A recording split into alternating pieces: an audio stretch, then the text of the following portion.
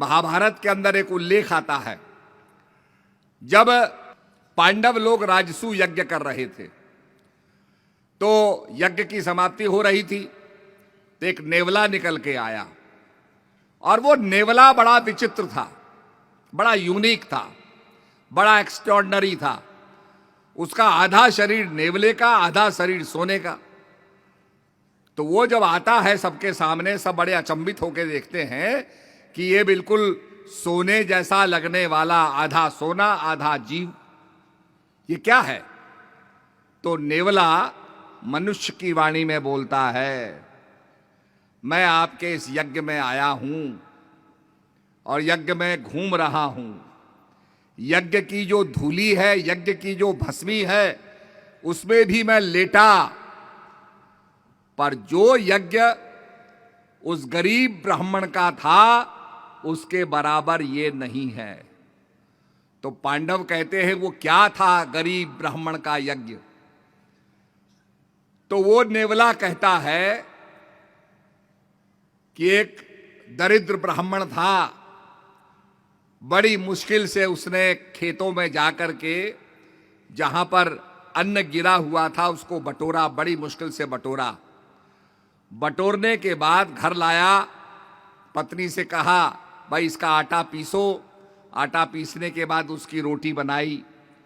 रोटी बनाने के बाद रोटी के टुकड़े किए। बड़ा भूखा था ब्राह्मण, उसका परिवार बड़ा भूखा था। जैसे ही वो खाने लगा, इतनी देर में एक अतिथि आ गया। अतिथि ने कहा भिक्षाम देहि, भिक्षा दो।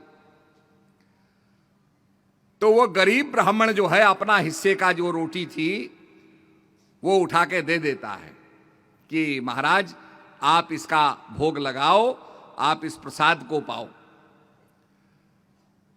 अतिथि उस भोजन को करता है, कहता भाई मैं तो फिर भी भूखा हूं। पत्नी ने देखा, पत्नी ने अपना हिस्सा भी दे दिया। उसके बाद फिर वो कहता है कि साहब मैं तो फिर भी भूखा हूं। फिर उसका पुत्र है वो अपना हिस्सा दे देता है।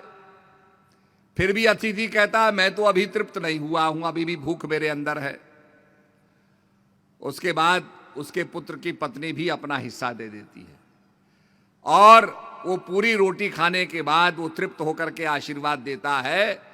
और वो नेवला कहता है कि मैं उसकी रसोई में गया जहां पर वो अन्न पकाया गया था, रोटी बनाई गई थी, उसकी राख में मैं लेटा और जहां जहां पर राख पड़ी मेरा शरीर सोने का हो गया। आधा शरीर सोने का है, आधा मेरा वैसा ही रह गया। तो मैंने सोचा कि यहां पर युधिष्ठिर महाराज के यहां बहुत बड़ा यज्ञ हो रहा है, चलो भाई वहां चलते हैं, शायद उसका भी इतना प्रताप हो कि मेरा पूरा शरीर सोने का हो जाए। तो नेवला कहता है मैं सब जगह लेट गया, ढूंढ लिया, सारी मैंने जो भस्मी थी वो लगा ली, पर मेरे शरीर में कोई अंतर नहीं पड़ा।